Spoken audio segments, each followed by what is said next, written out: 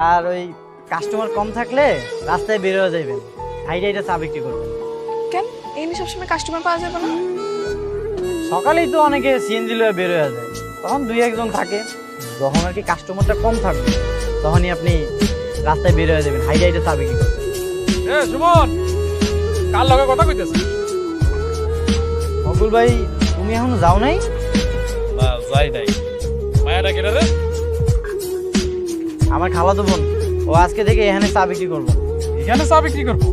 বাহ, ভালো কথা তো। তাহলে তো আর ওই কষ্ট করে যে গলির মাথায় গিয়ে আবার হাইটাইটা গিয়ে চা খাইতে হইব না।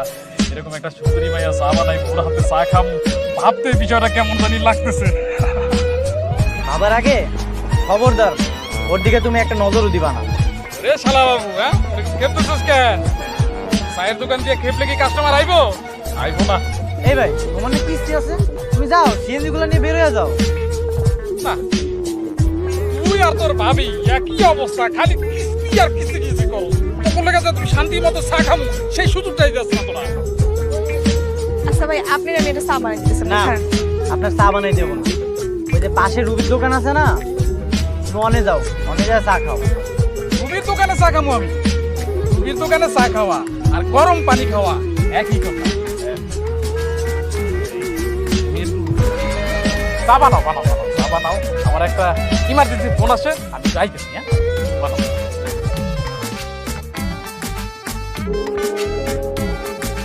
আপনি ওনার কাছে চা বিক্রি করবেন না। দুই এক কাপ খাওয়ালে কি হইব? না, খাওয়ান যাবো না, কারণ ও বাকি খায়।